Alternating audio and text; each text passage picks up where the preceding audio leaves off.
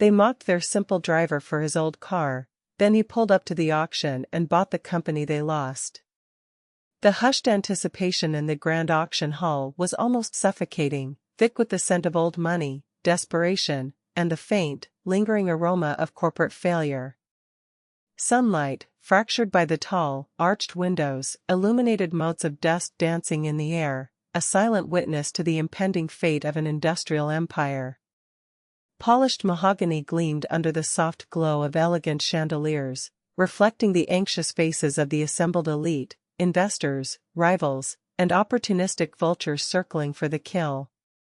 On the elevated stage, precisely centered, the auctioneer stood, a man whose voice was as smooth and unfeeling as the ivory gavel he held.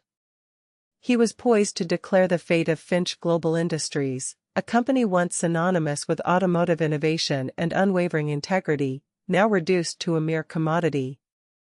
Among the sea of strained expressions, two figures stood out, their carefully constructed facades of confidence barely concealing a raw, primal panic. Octavia Vance, the current CEO, sat ramrod straight, her tailored suit, a pristine ivory, a stark and almost comical contrast to the crumbling fortunes of the company she ostensibly led. Her posture spoke of an almost desperate attempt at control, yet the rapid blink of her eyes, the minute tremor in her manicured hands clutching a bid paddle, betrayed her. Beside her, her brother Julian, the CFO, perpetually fidgeted with the diamond-encrusted cufflink of his exorbitant watch, his gaze flitting nervously between the auctioneer and the small, unimpressive pile of financial documents clutched in Octavia's grasp. His usual sneer, a permanent fixture on his pampered face, was now a mere twitch, a sign of profound discomfort. Seated unobtrusively in a back row, tucked away from the main drama, a figure sat still, his worn cap pulled low over his eyes.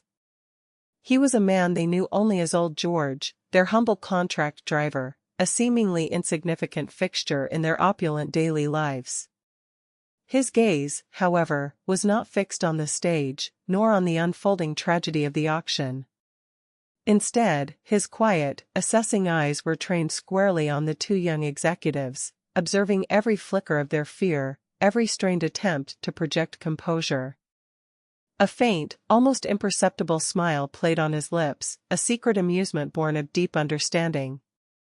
Octavia, perhaps sensing his scrutiny, or simply noticing him in her periphery, offered a dismissive wave, a flick of her wrist as if shooing away a bothersome fly, her attention immediately returning to the stage. Julian, ever the instigator, caught sight of the gesture and leaned forward, his voice, though still tinged with anxiety, carrying just enough to be heard by those in the immediate vicinity, deliberately eliciting a few sniggers from their equally snobbish acquaintances. "Don't you have that old relic of yours to park, George?" he sneered, his tone dripping with condescension. "Wouldn't want it to get towed. Some things are simply too old to be relevant anymore, wouldn't you agree?" He adjusted his tie, a smirk twisting his lips, confident in his perceived superiority. The man known as George merely nodded slowly, his eyes, momentarily catching Julian's, twinkling with a knowing light, a deep, ancient wisdom that Julian, in his youthful arrogance, utterly failed to comprehend. The words that left George's lips were raspy, almost swallowed by the vast, cavernous hall, yet imbued with a profound weight. "The game is over, young man," he murmured, his gaze holding Julian's for a beat longer than was comfortable.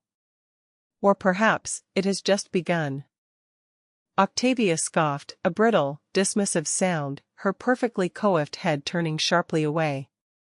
"The old man's lost it, Julian," she whispered, though loud enough for George to hear. "Just like the rest of this company's legacy.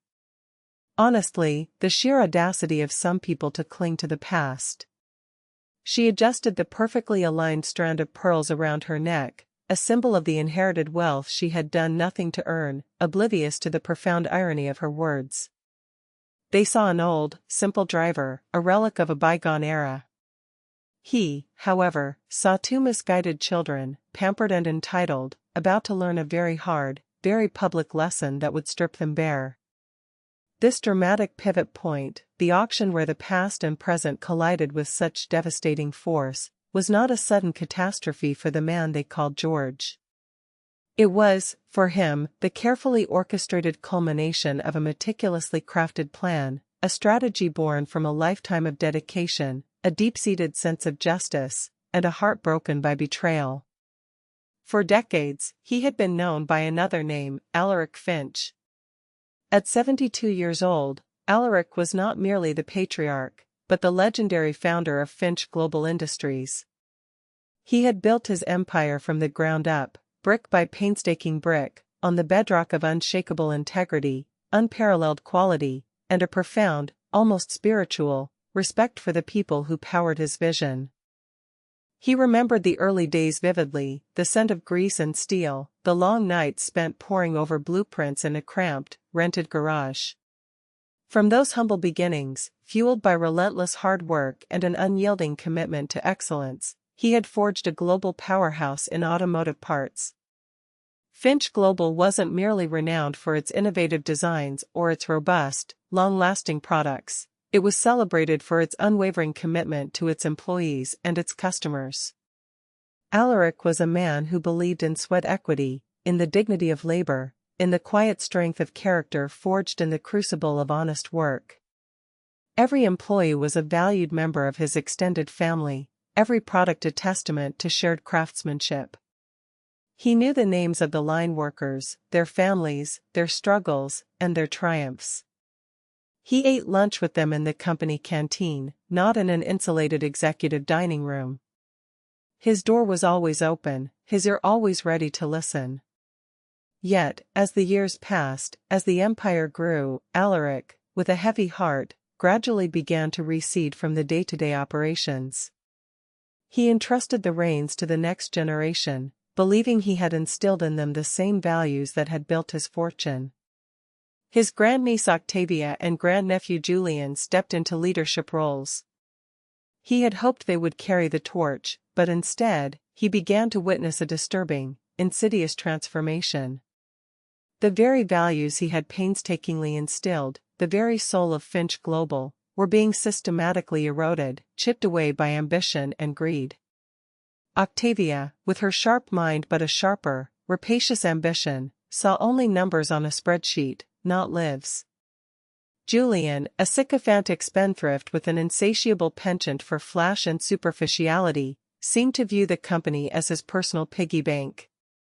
They had inherited the company's name, its immense infrastructure, but tragically, none of its spirit. Alaric had watched, initially with a grandfatherly concern, then with growing alarm, as the company veered wildly off course, charting a collision course with disaster. The quarterly reports, once a source of immense pride, became a litany of savage cost-cutting measures that sacrificed product quality for fleeting profit margins. There were aggressive, heartless layoffs of loyal, long-serving employees, people who had dedicated their entire working lives to Finch Global, now cast aside like disposable parts. The relentless pursuit of short-term profits blinded Octavia and Julian to the long-term damage they inflicted. He saw photographs, read reports, of luxurious corporate retreats in exotic locales, private jet excursions spanning continents, and exorbitant bonuses for the executive board, primarily Octavia and Julian, while the rank-and-file workers struggled with stagnant wages, shrinking benefits, and the crushing weight of job insecurity. He heard whispers, then direct reports, of a lavish new office tower being constructed in the heart of the city's financial district, a gleaming monument to their self-importance, its construction funded by mortgaging precious company assets, plunging Finch Global further into debt. His disillusionment deepened with each passing month, each scandalous revelation. He had poured his lifeblood into Finch Global, treating every employee like family, every product like a masterpiece. Now, his legacy was being dismantled, piece by agonizing piece, by the very people he had hoped would carry it forward, people who shared his name but none of his principles. They were not merely mismanaging the company, they were bleeding it dry, their hands stained not by the honest grease of industry and hard work, but by the ink of dubious contracts and the glitter of ill-gotten gains. The company, once a beacon of ethical manufacturing, was becoming a hollow shell, its reputation tarnished, its future uncertain. One evening, after a particularly galling board meeting where Octavia had summarily dismissed concerns about plummeting product quality and rising customer complaints as unnecessary sentimentality, a cold resolve settled deep within Alaric. He watched her dismiss the pleas of the few remaining ethical managers, her eyes gleaming with a ruthless efficiency that chilled him to the bone. It was then, seeing the utter disdain for everything he had built, that Alaric made a profound decision. He would feign full retirement, citing his advancing age and a manufactured desire to travel the world, to finally enjoy the fruits of his labor.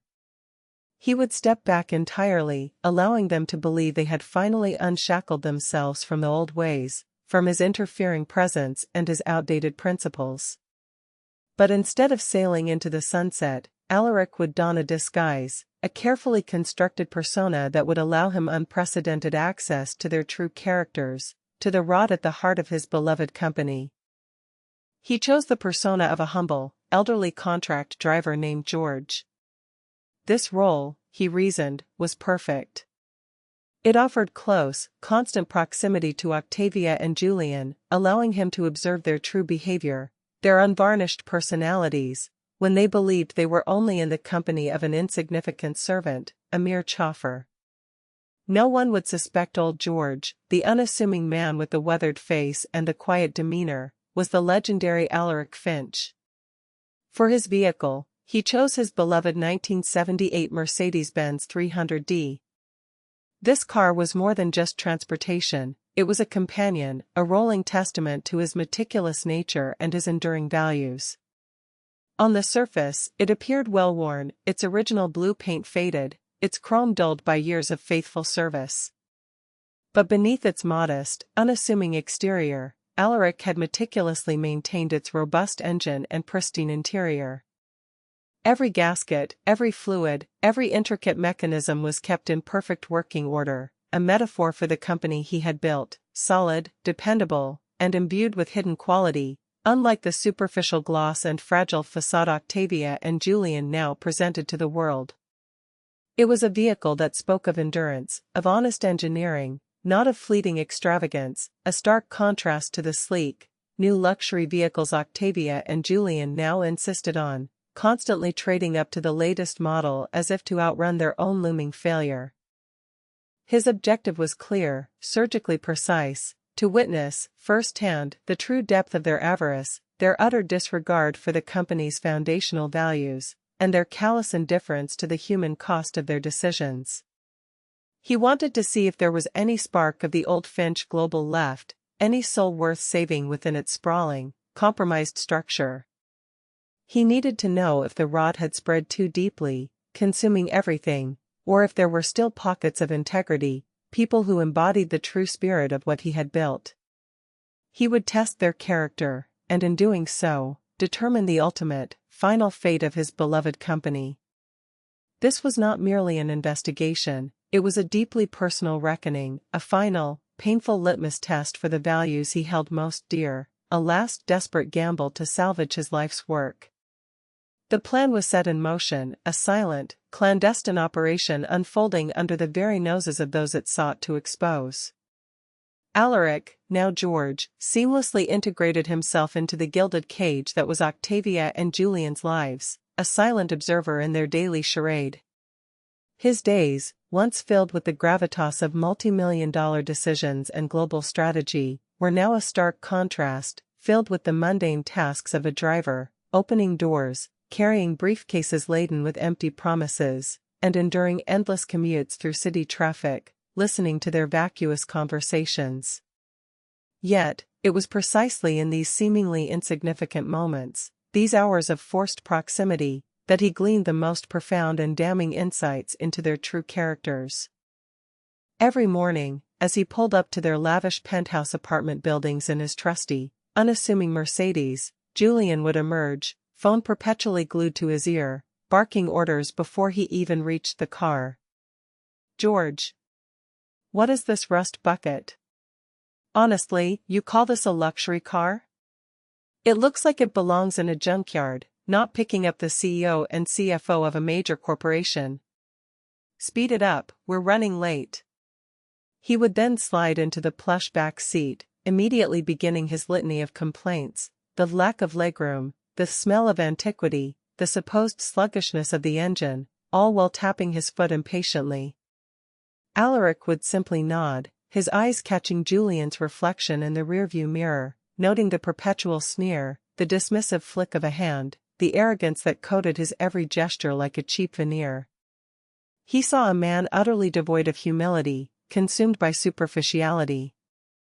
Octavia, equally disdainful, often used the car as her personal confessional booth, assuming George was deaf, too dim-witted, or simply too insignificant to comprehend the intricacies of their high-stakes corporate machinations. Honestly, Julian, this company is a money pit, she'd sigh dramatically, scrolling through financial reports on her designer tablet, her voice laced with weary contempt.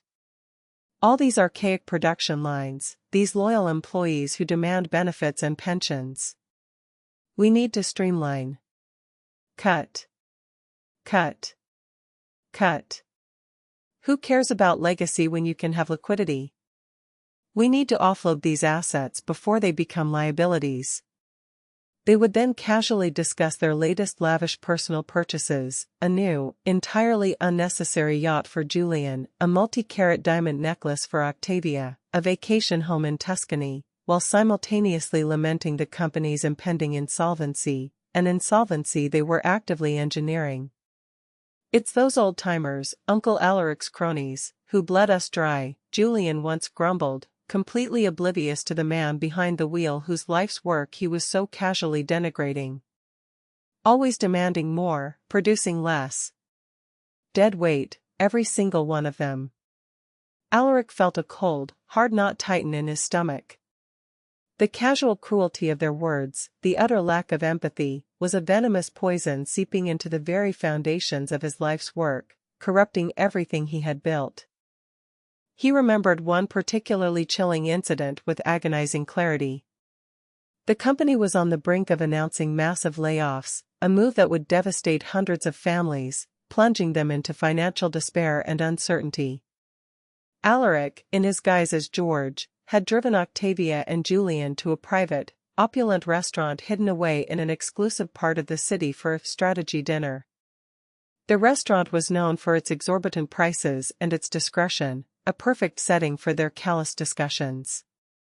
Inside, over foie gras and vintage champagne, they had laughed, their voices echoing with a hollow mirth, about the tough decisions they were making, celebrating the upcoming streamlining that would cut thousands of jobs from the payroll.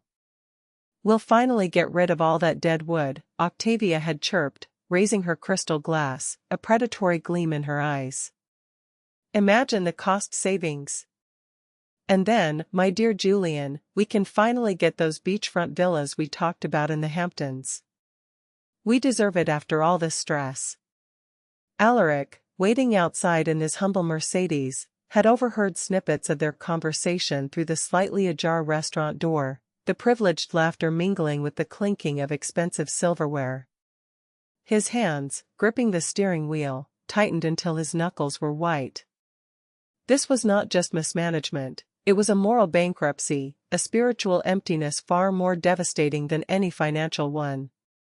It was a profound betrayal of human decency.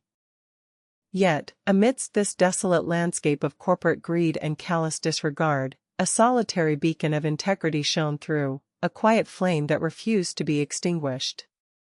Her name was Alara. She was an old forewoman in the stamping plant, a woman who had spent over 40 years on the factory floor, her hands calloused and scarred by decades of honest toil, but her spirit unbroken, her heart pure. Alaric, in his disguise, often found himself on errands that took him through the grimy, bustling heart of the factory floor, the very place where the real work of Finch Global happened, where the legacy he had built was still, stubbornly, alive. He watched Alara quietly, observed her interactions with her team, the respect she commanded, the care she showed for the machinery and the people operating it. One sweltering afternoon, the factory air thick with the smell of hot metal and oil, Alaric waited for a package from the shipping department. He leaned against a stack of crates, feeling the heat radiate from the machinery, the low thrum of the plant vibrating through the floor. Alara spotted him. She was carrying a thermos and a small, worn lunchbox, her uniform smudged with grease, her face, etched with the lines of hard work and worry, softened as she approached him. She walked with a slight limp, a testament to years spent on her feet, but her eyes held a profound kindness. "George, isn't it?" she asked, her voice raspy from years of shouting over machinery, but gentle. "You look a bit parched. Company's not exactly known for its amenities these days, is it?" Before he could even answer, before he could articulate a polite refusal, she had poured him a cup of lukewarm, but strong, coffee from her thermos. The aroma, though not fresh, was comforting. "Here, take this. And I've got an extra biscuit. My granddaughter baked them this morning, bless her heart." She offered him a slightly misshapen, but clearly homemade, oat biscuit, wrapped carefully in a napkin. "It's not much, but it's something. You look like you could use it." Alaric, taken aback by this unexpected, spontaneous act of kindness in a world that had become so cold and calculating, took the cup and the biscuit. He looked into her eyes, which, despite the obvious hardship she faced, despite the fatigue etched around them, held a profound warmth, an unwavering human decency. "Thank you, Alara," he said, his voice genuinely touched, a rare moment of his true self breaking through the disguise. "That's very kind of you." Alara sat on a nearby crate, a sigh escaping her lips. "It's been tough, George. Real tough. All those layoffs, good people, dedicated people. My neighbor, Martha, worked here for 35 years, her whole life, and they just sent her home with a paltry severance package, barely enough to cover a month's rent. It breaks your heart to see it. Mr. Finch, the original Mr. Finch, he never would have done this. He cared. He knew our names. He knew our families. He'd walk the floor and shake every hand. This new lot, they just see numbers on a spreadsheet, figures to be manipulated for their own gain." She shook her head slowly, a single tear tracing a path through the dust on her cheek, a stark testament to her sorrow. "I just keep thinking, how do people sleep at night, knowing they've thrown so many lives into disarray? So many families facing ruin. I hope someone remembers what this company was truly built on. It wasn't just steel and rubber, George. It was loyalty. It was trust. It was family." Her gaze drifted to the humming machinery, then back to Alaric, her eyes pleading for a hope she didn't dare articulate. Alaric listened, his heart aching with a mixture of sorrow for her plight and a surging wave of renewed hope for the future. Alara, despite facing her own imminent unemployment, despite her own struggles and the uncertainty looming over her life, still possessed the inherent goodness, the deep wells of compassion, that he had always strived to foster in his company. She was a living embodiment of the values Octavia and Julian so casually discarded, so utterly scorned. She shared her meager lunch, her genuine concern for others, her nostalgic reverence for the company's true legacy, all while the company's nominal leaders plotted their next opulent escape from responsibility, their next acquisition of material excess. Just an hour later, the cruel irony of the universe manifested itself. Alaric found himself chauffeuring Octavia and Julian to a high-end car dealership, a showroom gleaming with multi-million-dollar vehicles. They were discussing the purchase of new, bespoke luxury vehicles, company-leased, of course, a new fleet for the executives, despite the company hemorrhaging money. "And make sure it's the latest model," Julian, Octavia declared, her voice devoid of any genuine concern for the company's plight, her only worry being appearances. "I can't be seen driving last year's model when the company is about to be auctioned off. What would people say? Our image is everything." Julian chuckled, a dry, mirthless sound. Exactly, Octavia. Appearances are everything. Who cares if old George's museum piece needs to be towed to the scrap heap? We have to maintain our image, project success, even as Finch Global sinks. They laughed, a hollow, self-serving sound that echoed in Alaric's ears, a stark, painful contrast to Alara's quiet grief and her act of selfless kindness. It was then, observing their utter depravity, their complete moral vacuum, against the unyielding kindness and integrity of Alara, that Alaric knew precisely what he had to do. The test was complete. The verdict was in. The path forward, clear and unyielding. The auctioneer's voice boomed through the hall, a rhythmic cadence of numbers and final calls, each word a hammer blow against the fragile hopes of Octavia and Julian. Their earlier arrogance had completely evaporated, replaced by a frantic, nervous energy that bordered on desperation. They sat on the very edge of their plush seats, their bodies rigid, their expressions a mixture of disbelief and growing terror. The bids for Finch Global Industries had been disappointingly low, nowhere near the inflated figures they had hoped for to cover their extensive personal debts and cushion their inevitable, impending fall from grace. Their faces were ashen, a sickly green pallor replacing their usual healthy glow, their eyes darting frantically around the room, desperately searching for a miracle, for a white knight investor they had vaguely heard rumors about, a savior who never materialized. "Do we have any further bids?" Going once, going twice, the auctioneer intoned, his gaze sweeping over the dwindling crowd, his voice laced with the finality of impending doom. Octavia gripped Julian's arm, her perfectly manicured nails digging into his expensive suit jacket, her grip surprisingly strong in her panic. "Julian, where is he?" "He promised." "Someone has to bid higher." "We'll lose everything." Her voice was a ragged whisper, betraying her outward composure. Just as the gavel was poised, hanging heavy in the air, ready to fall for the final, definitive time, a sudden commotion erupted near the grand hall's main entrance. Heads turned, murmurs rippled through the room, then died down into a collective, stunned hush. Outside, a sleek, midnight blue Rolls-Royce Phantom glided silently to a halt, its powerful engine barely a whisper. It was a vehicle that exuded power, a timeless elegance, and understated opulence, a stark contrast to every other car parked outside, including the old George's weathered Mercedes, now parked discreetly at the far end of the lot. A chauffeur, impeccably dressed in a crisp, dark uniform, stepped out with fluid grace and opened the rear door. From within emerged a figure who seemed to command the very air he breathed, a presence that filled the vast hall. He was impeccably dressed in a custom-tailored charcoal suit, a crisp white shirt, and a tie that shimmered with quiet elegance. His silver hair, once disheveled under a cap, was now neatly combed, radiating an aura of polished authority. His posture was ramrod straight, defying his age, and his eyes, though carrying the wisdom of years, held a piercing, authoritative glint that was instantly recognizable. It was Alaric Finch, but not the Alaric they had last seen, not the seemingly frail, retired old man they had so carelessly dismissed. This was Alaric, the founder, the titan, the legend, resurrected. Octavia and Julian stared, their jaws slack, their expressions a grotesque mixture of disbelief and dawning, gut-wrenching horror. "Uncle. Uncle Alaric?"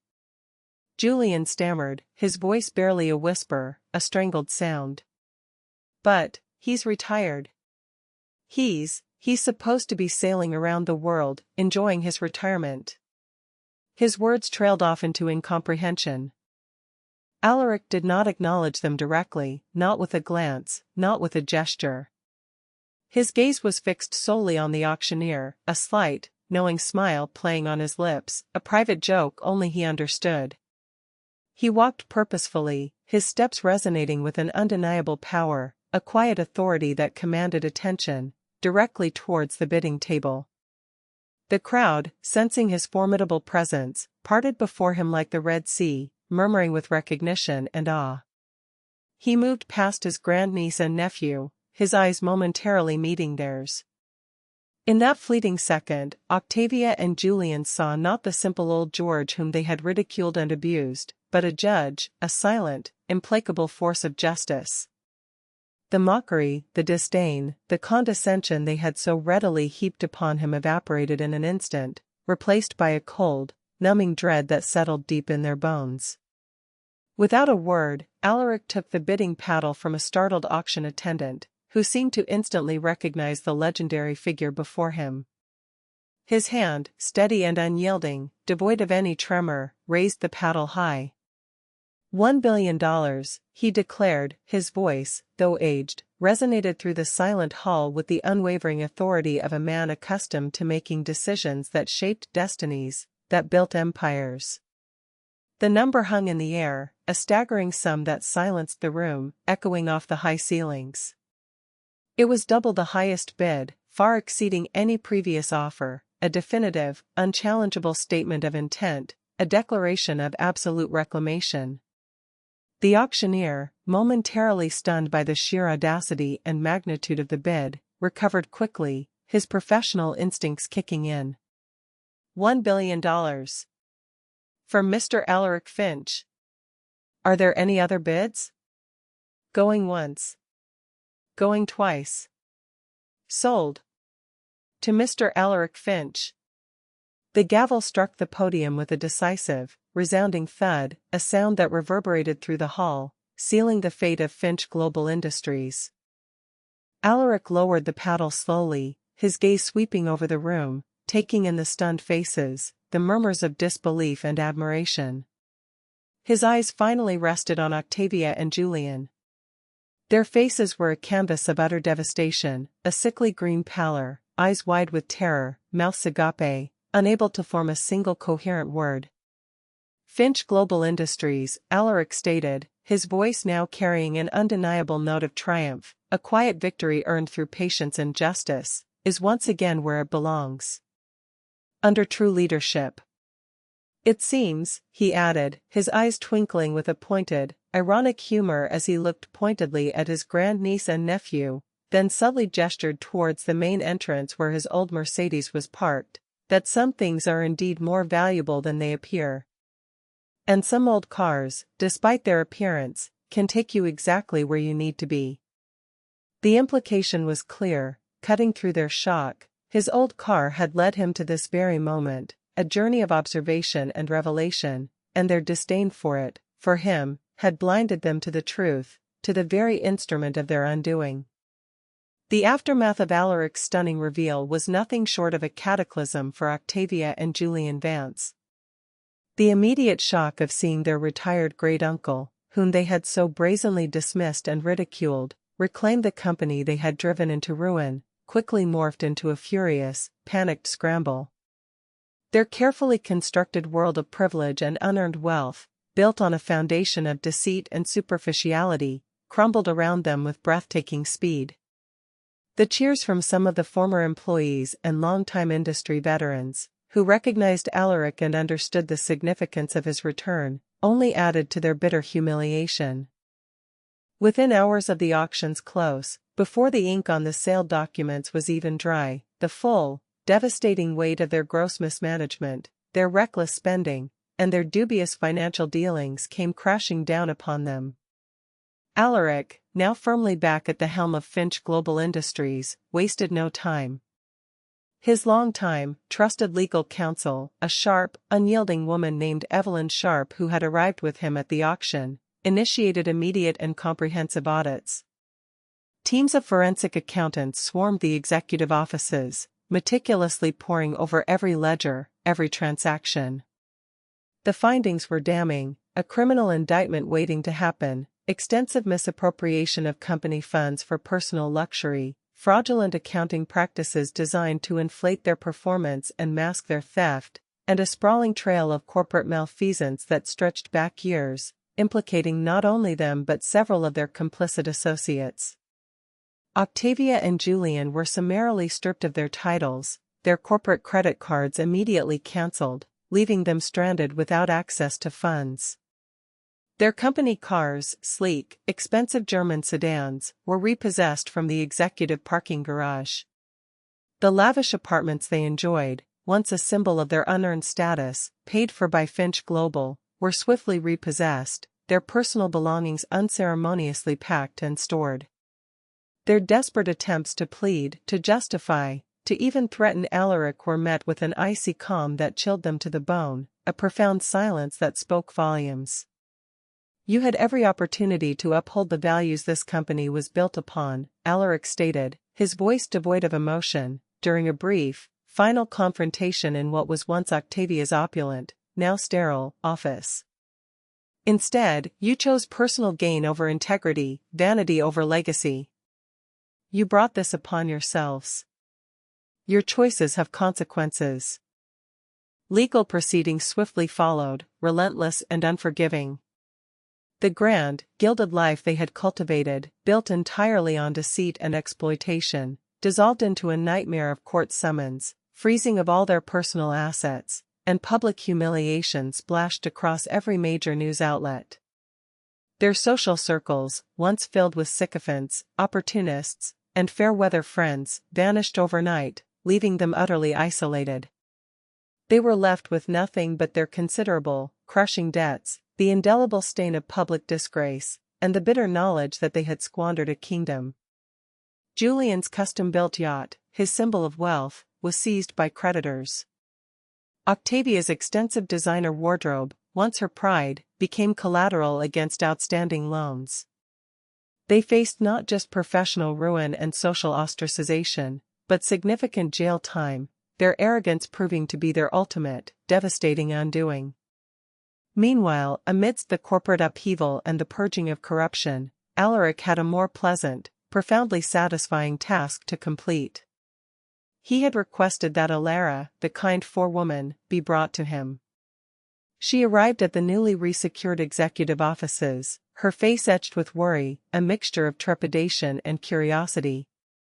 She was unsure why the legendary Mr. Finch, whom she knew only through reputation, would want to see her, a simple factory worker now officially unemployed amidst the layoffs.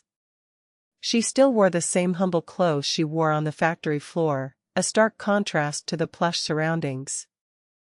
Alaric rose from his desk, a warm, genuine smile gracing his lips, his eyes softening. "Alara," he said, his voice soft, filled with respect, "thank you for coming. Please, sit." He then recounted, in measured, heartfelt tones, how he had witnessed her unwavering kindness, her quiet dedication, and her steadfast moral compass during his time disguised as George. He spoke of the simple cup of coffee, the homemade biscuit, her profound concern for her fellow workers, and her heartfelt lament for the company's true spirit.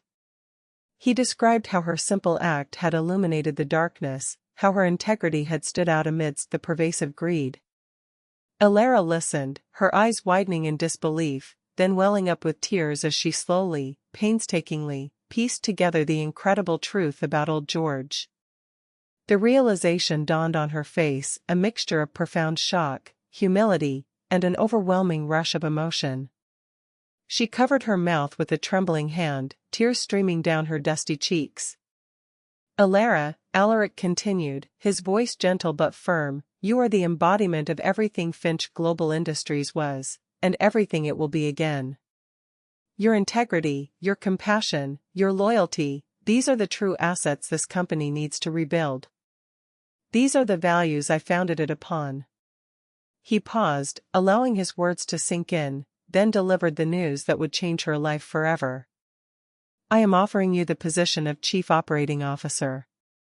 You will oversee all factory operations, employee relations, and quality control.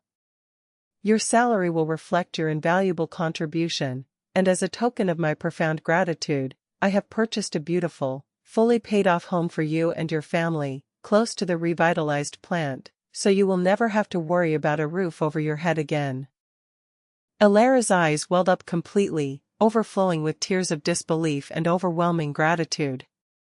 She tried to speak, to utter a word of thanks, but only choked sobs emerged, her voice thick with emotion. She, who had offered a simple biscuit and a moment of kindness to a seemingly insignificant driver, was now being given a future beyond her wildest dreams, a profound recognition of her innate goodness. She fell to her knees, overwhelmed by the enormity of the gift, but Alaric gently helped her up, his hand steady on her arm. "No, Alara," he said, his voice gentle, his eyes reflecting his sincerity. "This is not charity. This is justice. This is what you earned, with a heart of gold, with a spirit that never wavered." Her gratitude was palpable, a soaring, heartfelt emotion, a stark, beautiful contrast to the emptiness of the Vance's despair. 6 months later, Finch Global Industries was not just surviving, it was a company reborn, vibrant and thriving.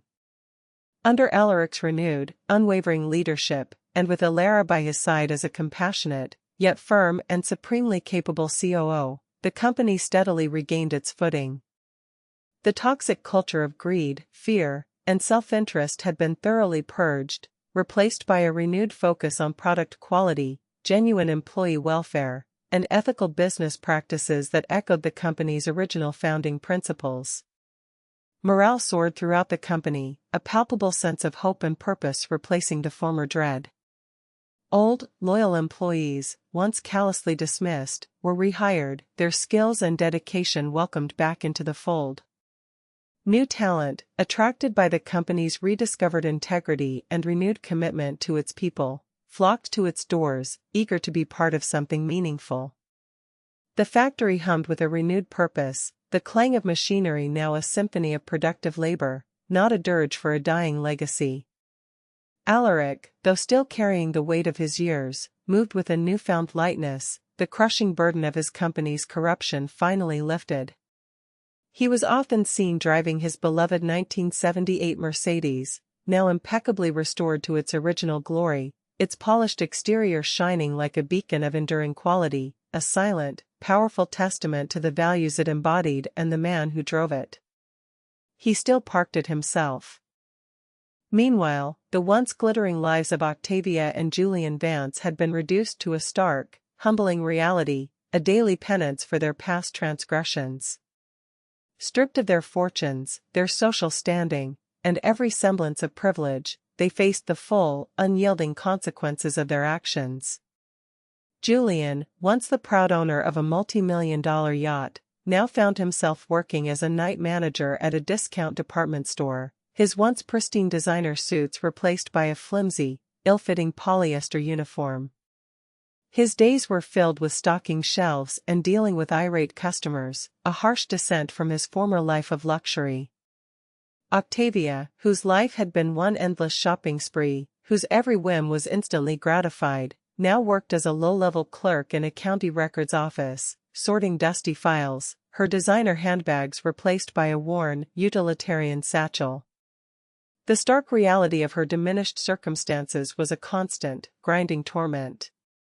They occasionally caught glimpses of news reports about Finch Global's miraculous revival, seeing Alaric and Alara, dignified and triumphant, speaking eloquently of the company's bright, ethical future.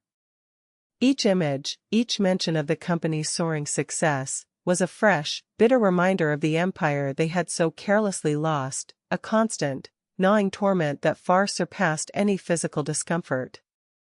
They had wanted the glory without the grit, the wealth without the work, and the power without the principle. And in the end, they were left with nothing.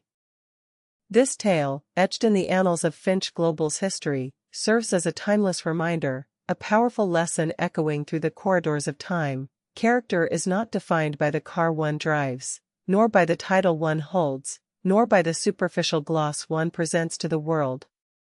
It is, instead, profoundly defined by the integrity displayed when no one important is watching, by the quiet acts of kindness, and by the unwavering adherence to one's principles. True wealth lies not in what one accumulates, but in the kindness one extends, the compassion one shows, and the enduring values one upholds. For in the darkest hours, when ambition blinds and greed consumes, it is the quiet, unwavering flame of genuine goodness that ultimately illuminates the path to true success and an enduring, meaningful legacy. If you were moved by Alaric's powerful story of integrity and justice, make sure to like this video. We have many more tales of redemption, unexpected turns, and inspiring comebacks waiting for you right here on our channel. Subscribe to our channel and hit that notification bell so you don't miss out on our next compelling story. What did you think of Octavia and Julian's dramatic downfall? Did Alara's unwavering kindness surprise you, and do you believe she truly earned her incredible reward? Share your thoughts and reactions in the comments below.